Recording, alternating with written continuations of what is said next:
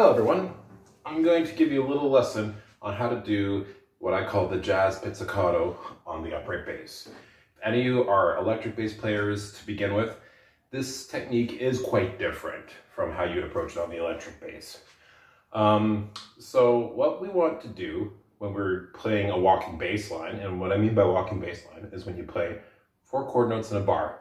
1, 2, 3, 4, 1, 2, 3, 4, 1. Is we want the finger to pass through the string quite quickly. So in order to get the sound, what I recommend is you start with your finger, not touching the string you want to play, but just slightly above. And then you kind of let your elbow drop to your side a little bit, and that should allow your finger to pass through the string quite quickly. I'll bring myself up closer so you can see. So there, I'm not touching the D string, but when I bring my arm down, then it passes through the D string and rests on the A string. And that's the sound that you want and the technique you want. At least I think this works quite well. It's particularly for me because I have decently high action. If I had lower action with looser tension, it might not be so bad, but I like the tone of it with the higher action.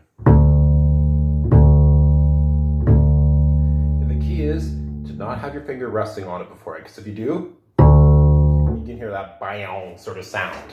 And that is not a very focused initial attack of the string. And I always think of like my lift is happening right before the beginning of the beat. Like I'm thinking 1 and 2 and 3. I'm raising it up on the end of the note before. Now there's one caveat with this, and that's the E string. We do not have a B string or another lower string to rest on it if we're playing a 4-string bass. So what you do with that is you start the same way. You start with off the string, and after you pluck it, you fold your hand inwards. And that prevents from you like hitting your bass. It also gives you a little more control with the range of motion. As you see, I have my hand above all the strings before I attack, and it follows through and rests on the next string. Except for the E string. I follow through and have it curl in my hand. And now one really straightforward exercise we can do with this is to choose one string as like a home bass string. To keep it easy, I'm going to use the G string. You're going to pluck that, then go to the D string. Go back to the G string, down to the A. Back to the G string, to the E string. Back to the G string, A. Back to the G string, D. Kind of like you're slowly getting away from the G string, but you always keep returning. G, D, G, A, G, E, G, A, but then you come back, G, D.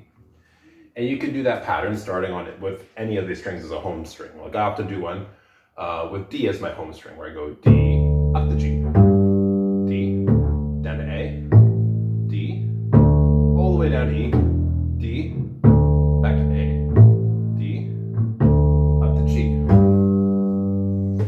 That's a great way to get your right hand used to using the jazz or playing the jazz pizzicato. So just to review, when you strike the string, you want to just above the string, not actually touching. And when after you play or strike the string, you bring your elbow in. Actually, not after. That's the motion you bring your elbow in should allow you to strike the string and get a nice focused first note. And then once again for the E string, after you lift it up and you make contact with the string, you fold your hand in order to get that nice big woofy open E string. And I'll finish off with just a little example of me playing a walking bass line using this technique.